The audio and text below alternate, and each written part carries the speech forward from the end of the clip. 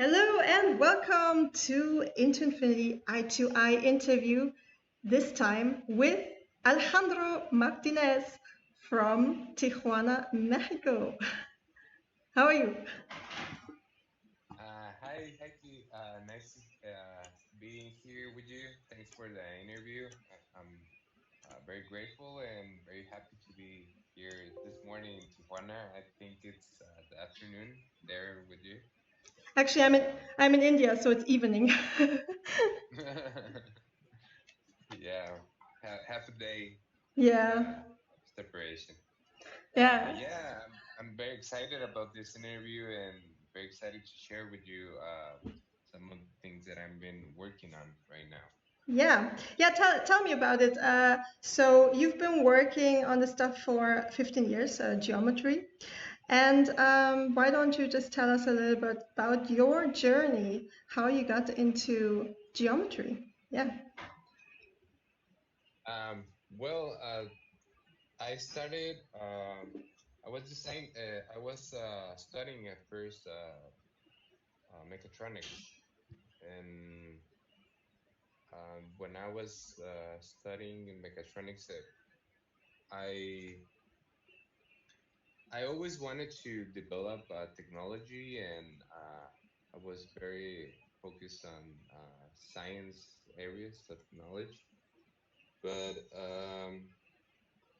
it didn't hit me until one day I was making um, homework for the university and with two other friends, and well, we weren't getting anywhere, so we decided to.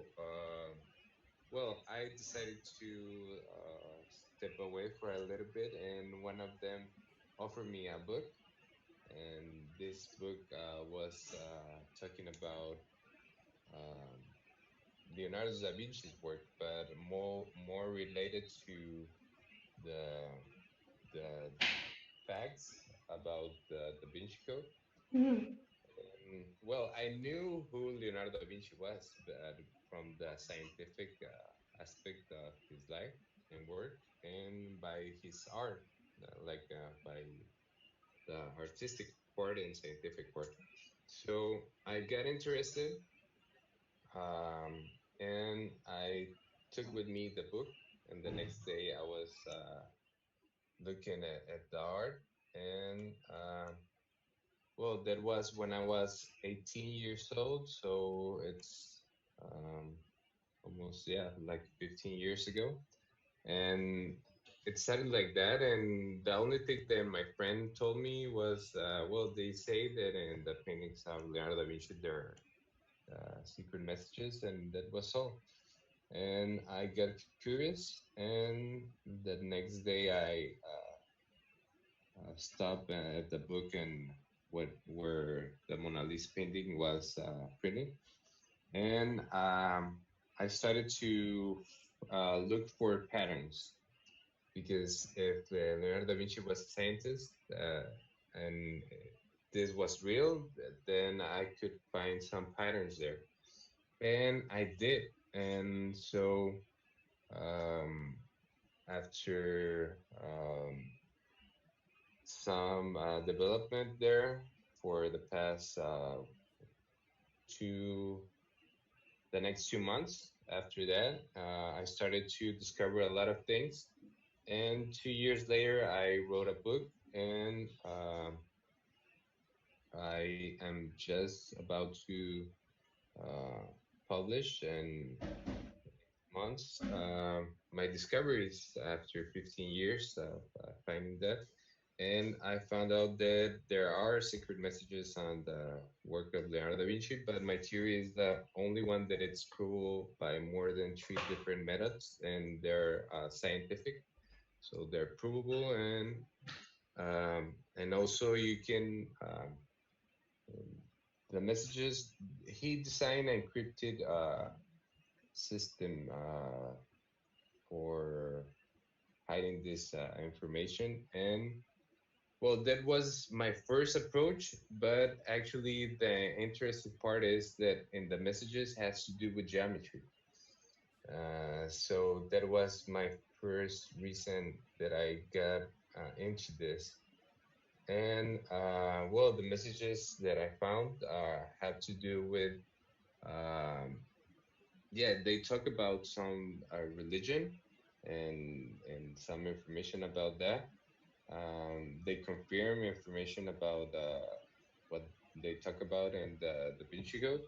But just because this guy took the the facts from three historians that had made a research before. So that's the reason. And but for me, the most important part, and I think for the Leonardo da Vinci too, was the geometric information that he had on the paintings and on all his work. Yeah, And and I like to mention on this moment is that I don't know if anybody has seen the Da Vinci Code, yeah, the movie. No, it's kind of interesting because the movie already talks about these codes and the geometries. And I mean, Leonardo da Vinci was really a polymath. Yeah, polymath is somebody who's really interested in so many different things. Oh, my internet. It's hopefully still working. Just a night out in Goa. yeah. Uh, yeah, and so geometry seems to play a really major role. And some people also today call it sacred geometry. We call it universal geometry, really, because it's universal, it's scientific. So what is it that how would you describe it? What is geometry, sacred geometry for you, and how does it help to hack the mind, yeah, to enhance the mind? I'm right now actually working on redefining how we think about geometry, how we talk about geometry, because I think when you build something upon poor foundations, it's gonna come down always. And I think if we are talking about a complex universe of form, we have to first define a common language. Second, we have to uh, connect every piece to the system.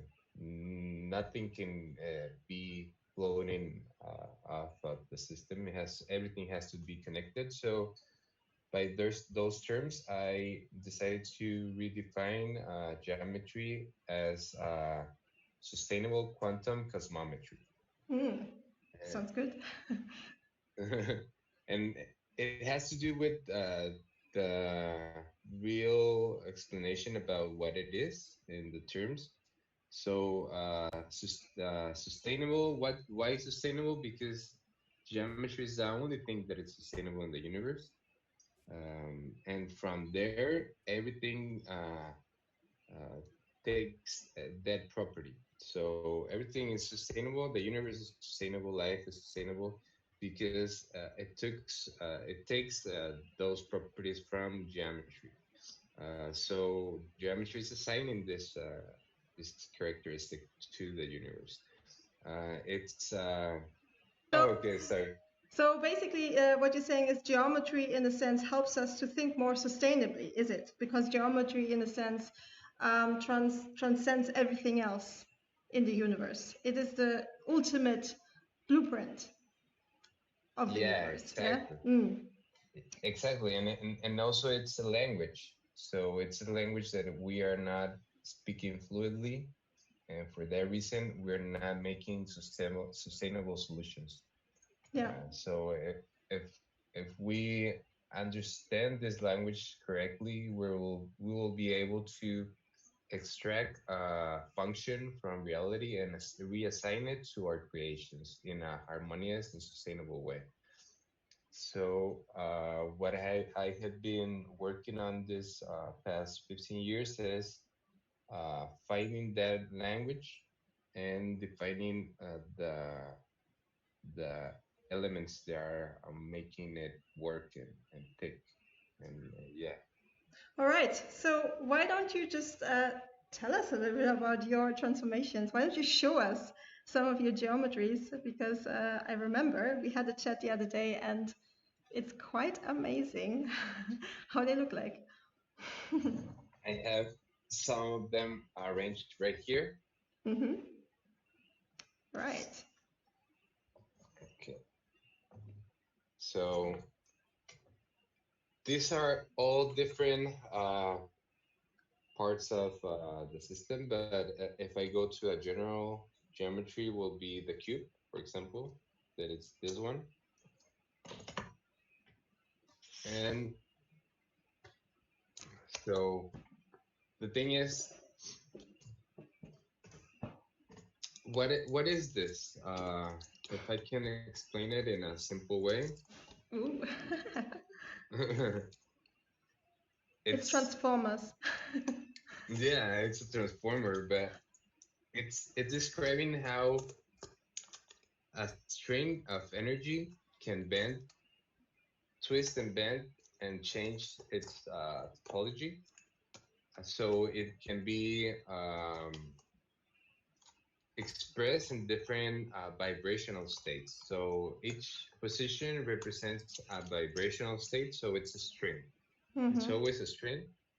And the model, it's expressing how it's changing on the dimension. So we have this on Y, then it's on XC.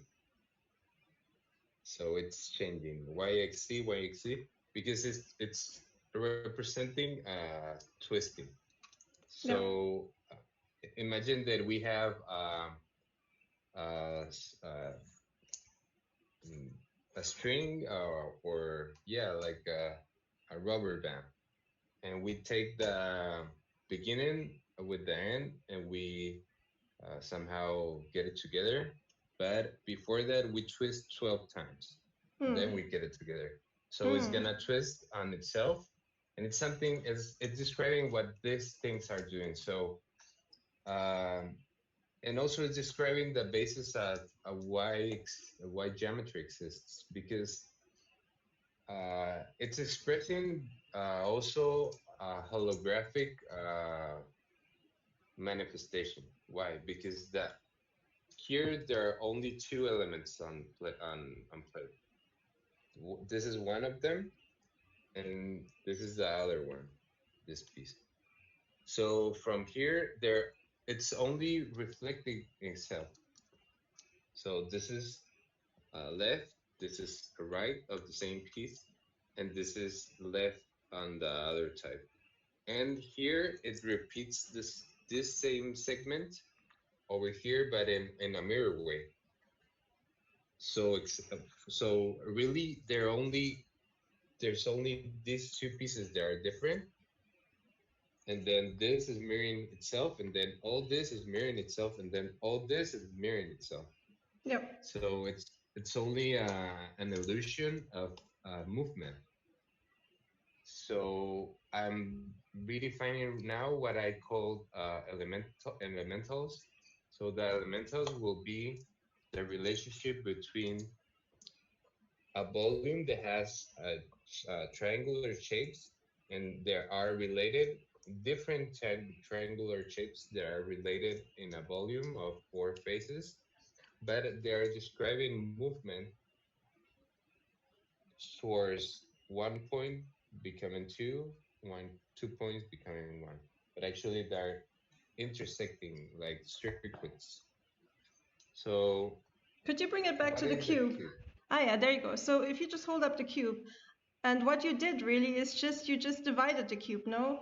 So if I see that there's just a diagonal and then, yeah, so it's very simple, actually very simple ways to transform the cube. It's very simple actually, but when you do, it creates something very complex, doesn't it? Yeah, it's a very complex in different ways and how it can transform and in a sense there is a function that we see. And I told you last time that I feel like, because I come from the area of biology or cellular biology, for me it looks like molecules.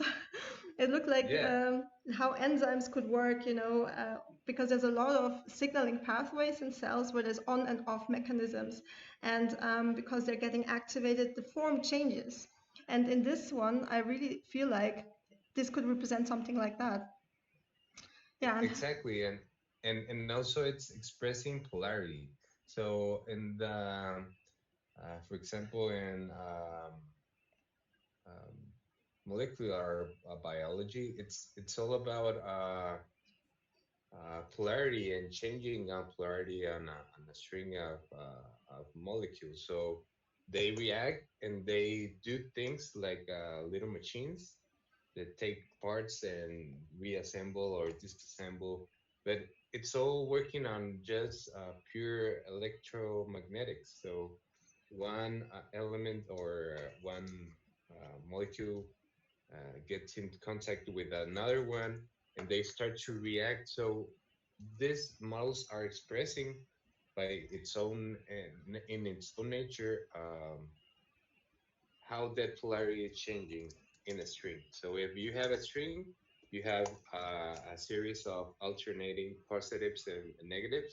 So when you transform, the polarity is changing, and that's the reason that it's reassembling itself in a different way, because it wants to establish equilibrium.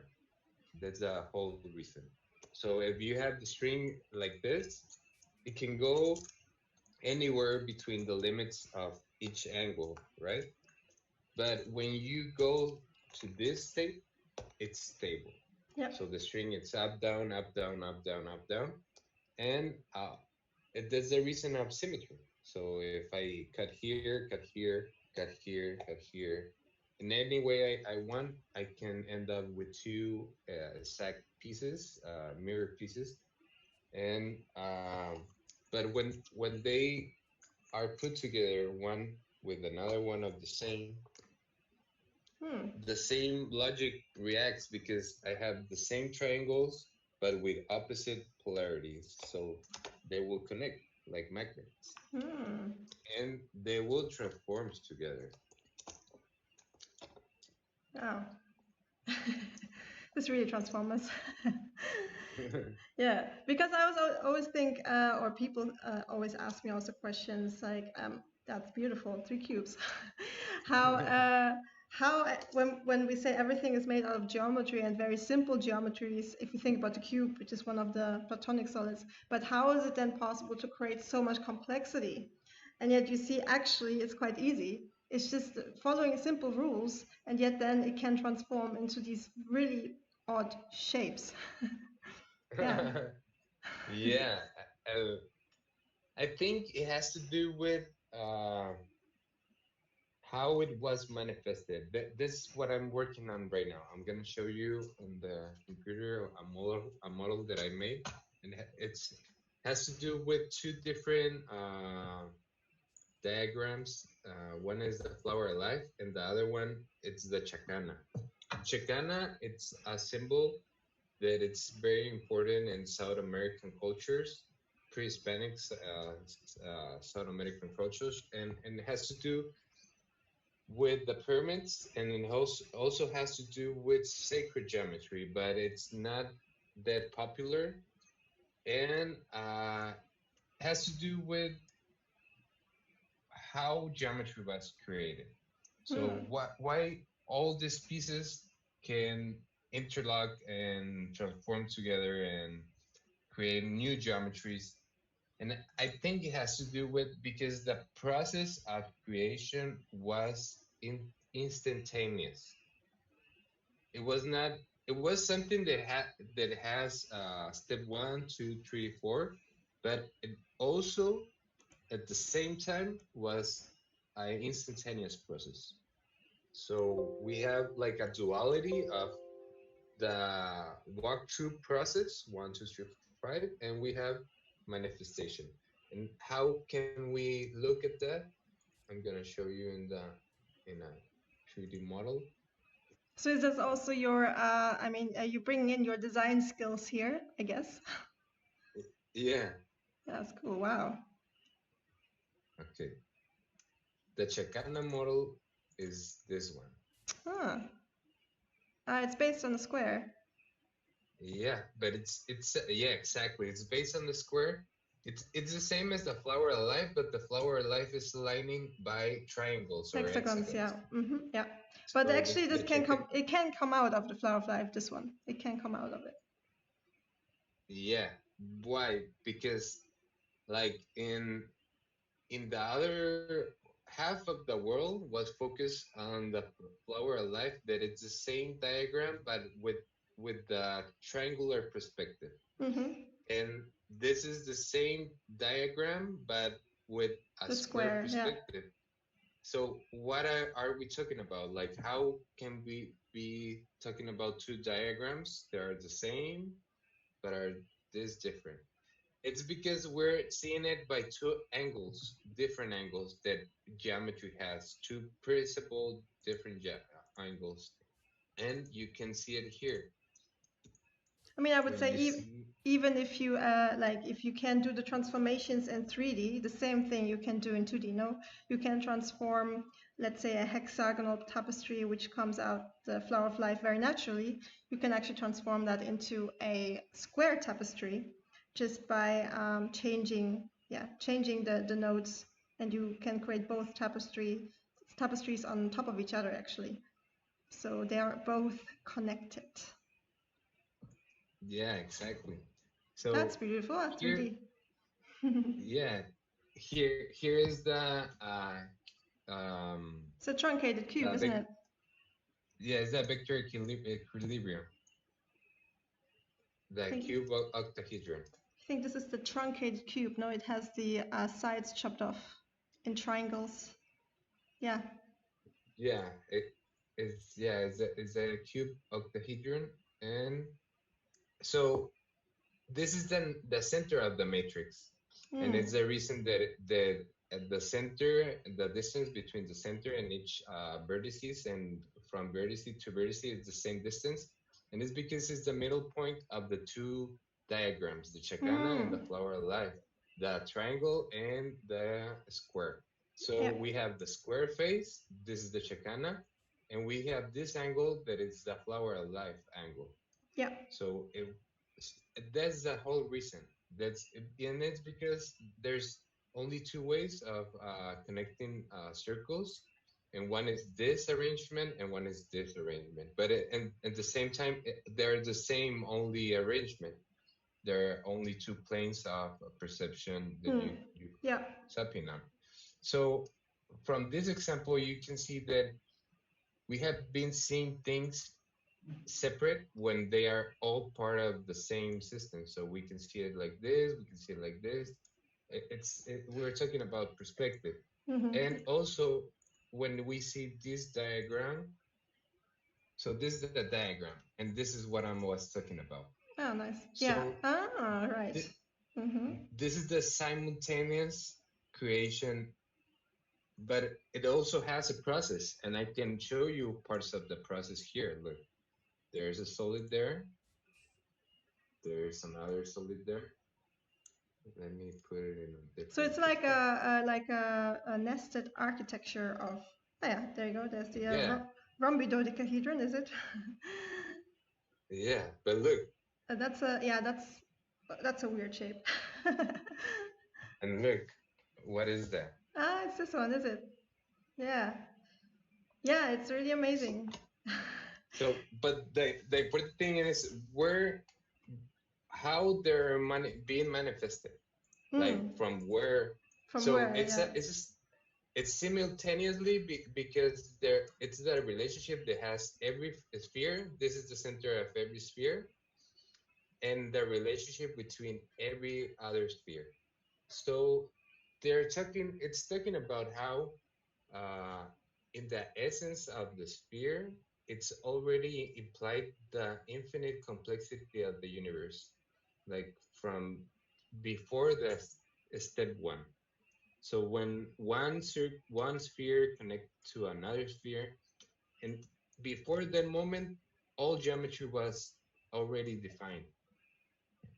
And so what I have been uh, founding with these systems is that they can transform in a they have a process, they have a sequential process from how you can go from one position to another position, but at the same time, there's this diagram that it's self-creating itself instantaneously.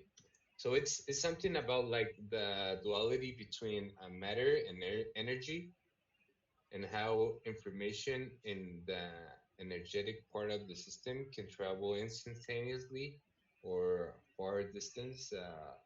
And there's the physical part of the universe that it has a process, and from getting from the Big Bang to this point, it had to pass 13 billion. But actually, it's connected instantaneously from one point to the next one. From the beginning of the universe to this point, there's a real time, lifetime connection. It's something about like that. It's like a duality of being manifested. But yeah, I think Yeah, I think this new it's really yeah. interesting what you're showing, because I feel like I resonate with this a lot. Not that I understand completely what you're showing me, but it really reflects a lot of the work that we're doing as well, because we're also working with nested geometries, which works with the Platonic solids and goes into the Archimedean solids, and actually starts to reflect the structure of the atom. So all these structures, they have relationships to each other. They're basically built on top of each other, no? From very simple beginnings. And you said basically that ancient symbol is just based on circles, which makes a square, but the square is actually within the 3D geometries, depending on the perspective, everything is there. And in a sense, like this builds the whole fabric of the universe. So yeah, I think working on this stuff gets quite interesting for the future, isn't it? And yeah, so what do you see is it that you're doing with this work? What is your, is it kind of like your life purpose, where you're trying to go with this knowledge? I think well, um, one of my purpose is to develop this information forward so it can be helpful for humanity, and also to generate new tools and most of all the new tools to help humanity liberate itself from ignorance. That's a good one. Yeah, uh, because it's real. It has to do more about it's a different way of understanding learning and knowledge, because the way that we think about knowledge right now, it's that we have to take this type of creation, human creation, Yes. and get it in here. But it's not about that. It's about generating the correct way of understanding logic and fitting it in here so it can understand everything. Yeah. So if you uh, put a lot of information in your head, you're gonna get confused. You're not gonna get anywhere. So you have to have less information and more knowledge. And what is knowledge? Knowledge is this. Knowledge are the rules of existence being manifested in reality. So if you're aligned with them, your mind is gonna manifest correctness, or it's gonna manifest a good perception of reality. So we all live in reality, but we don't we don't see reality like it is. No. We are In transforming it. equations. We are, yeah, In very and difficult, complicated equations. yeah, This is. exactly. And I really like what you said. It's so beautiful, because I also feel that there's a lot of potential in geometry and for learning, really. Because if you look at something and you hold it, Yeah, it's a complete different experience, isn't it? You will understand it just by playing with it, instead of, like, let's say you look at a textbook and you will try to understand that shape just through words or yeah, equations. So I think it can be really be seen as an accelerated learning tool, even for children, in school, where we can learn so much quicker about even quantum physics and technology and engineering. I think a lot of these things you can understand through geometry. And I think that's a really big potential. Exactly. It has to do with simplicity, but without losing complexity. Yeah, exactly. Yeah, simplicity and complexity come together. Yeah. So how, like, it's very interesting because manipulating this is not complicated. It it seems it is complicated at the beginning when you don't know how to move your hands with it, but after a while, it's like something so familiar because it's the rules of reality. So we already have the code. We are made by the code. So our minds work with the code. So when we interact with this, naturally our bodies know what to do with it, and it starts a process that consumes a lot of energy. When you're starting with this, you're gonna get tired fast, like 10 minutes most, and your mind is gonna feel like you did Yeah. a lot of exercise, Yeah, yeah, yeah, yeah. It's mind work. and Yeah. and yeah, so it has to do with the relationship of how we learn.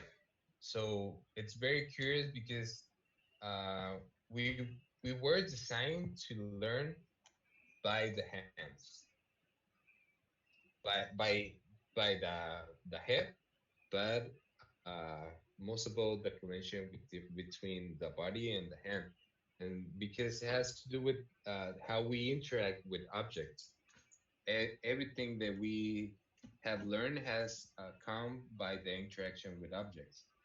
So when we developed the thumb, there was the reason that we started to develop more complex ways of understanding reality, and the brain started to develop new complex connections. But in essence, what we have been doing by evolution, by thousands of years of evolution, it's how we can think of something, get it out of our heads and into reality the fastest way that we can. So we started that process by the hand, and we took what was here, and with this we took it out of ourselves into reality. So if you see the evolution that we have accomplished,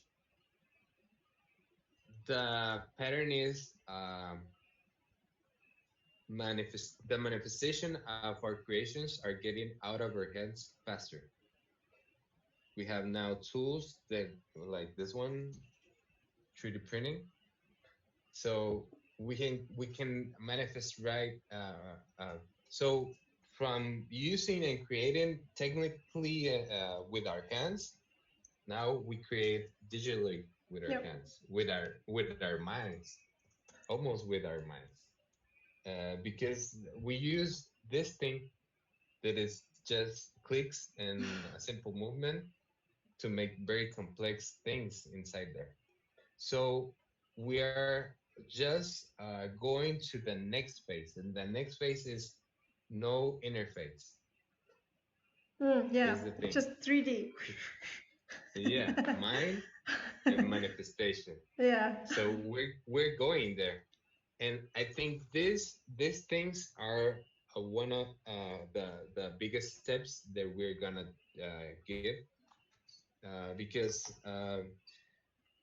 understanding this gives us the possibility of, for example, um, creating matter structure machines. Mm.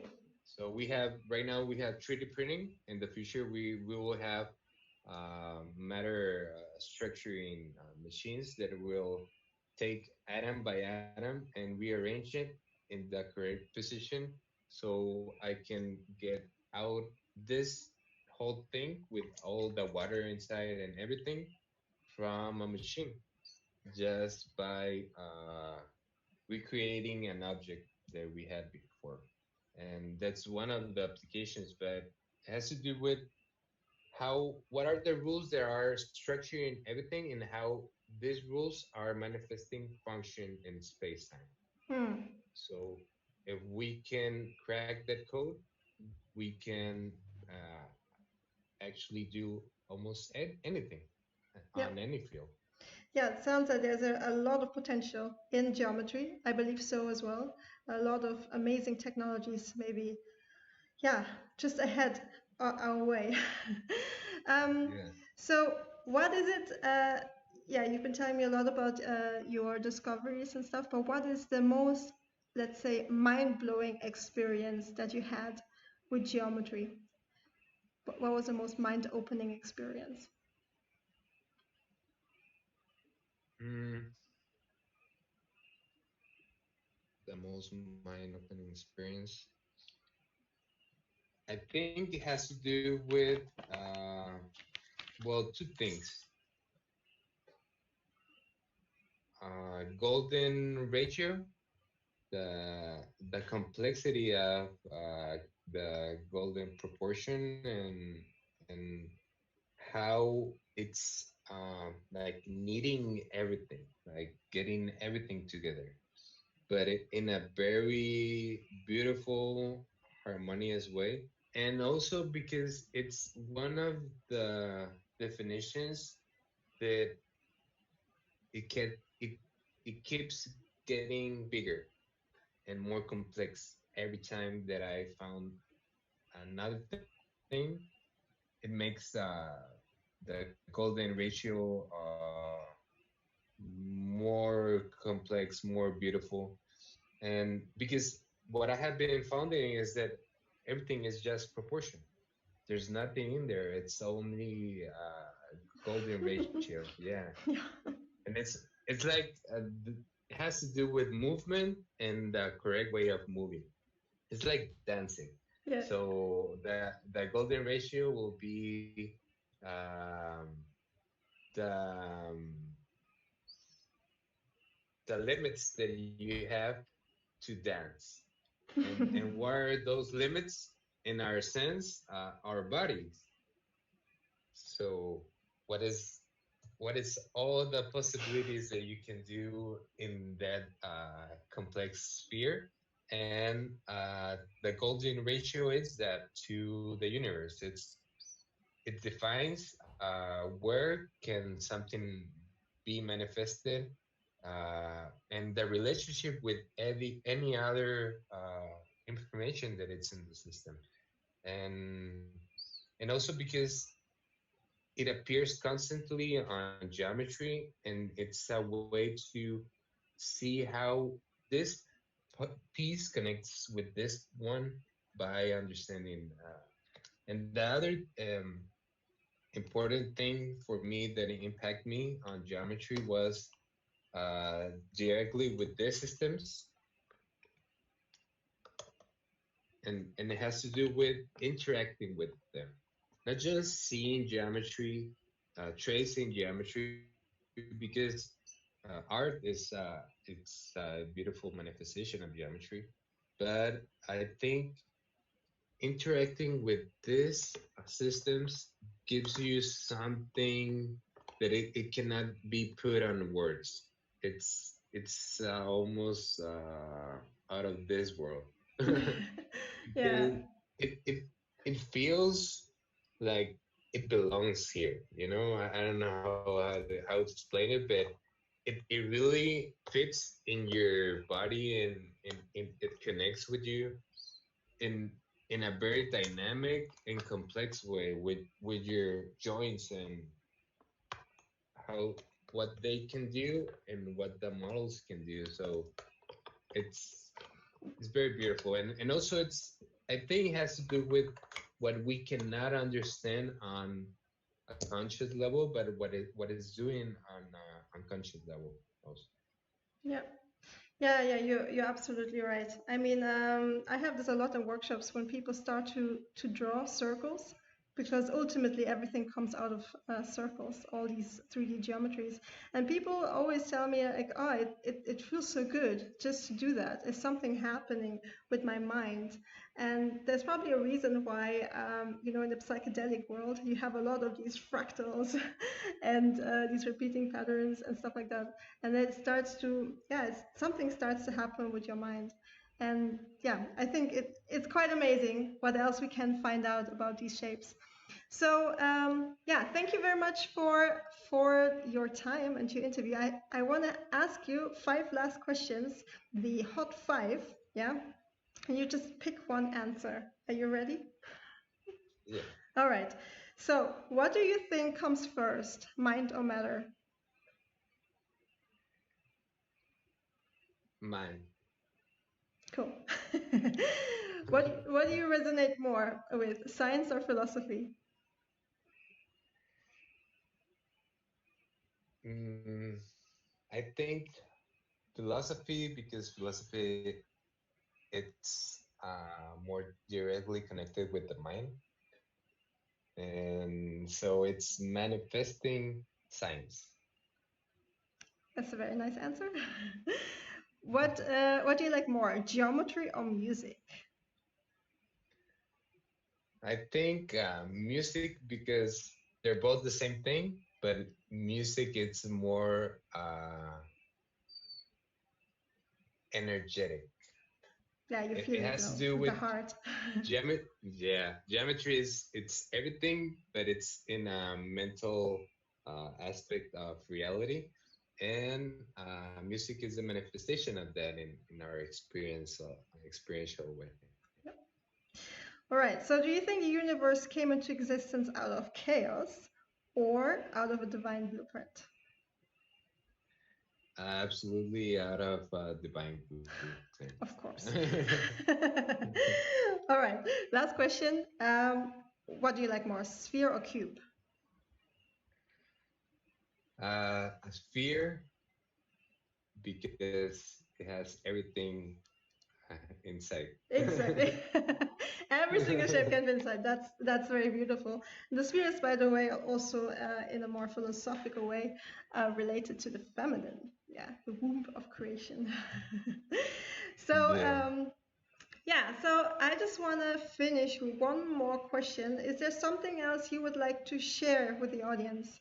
So you said the book is coming up, or is there some place where people can find out more about your research? Anything you'd like to share? Yeah, I'm setting up right now my page. Um, it's quantum cosmometry .com, and also in Spanish, the cosmometría cuántica. But it will be up there, I think, like in a couple of weeks, like 3 weeks, I think, most a month. And in there, I will start to upload all my research and the transformables, and also I'm starting like there is like application like for the sky map and Google Map and everything, right? So Mm-hmm. I'm starting a cosmometry map. So the project in the link will be in this page. So you can get in there and start to see this the the whole map with the every geometry that can appear. Cube octahedron. Nice. Ah, there you go. Wow, that's the that's the octahedron. Actually, you know what you're doing there? It's very much the atom, because Yeah. we are very similar. It's very similar to what we're doing. Very similar. So yeah, it's super beautiful to talk to you and to have met you. Thanks for getting in contact with us, and I'm sure we can create something beautiful and share with humanity some of this amazing knowledge. Because and this is maybe the sad thing as well. It's not being taught in school right now. Not even for designers who work with shapes and stuff like that. Um, but Exactly. but that's why we're here. We're trying to bring people together. We're trying to bring this knowledge out because there's a lot of people in this world who actually work on this stuff, and we like to find them. So if you're listening to this and you want to come to the broadcast, please let me know. Thank you, Alejandro. I wish you very good luck with your book. I want to read it as well. And anyway, we're going to stay in contact and maybe collaborate on one or two things. Other than that, Alejandro, thank you very much. And yeah, for everybody else, have a great day. Thanks a lot. Thanks a lot, Vicky. Thanks a lot for having me here. Bye. Bye.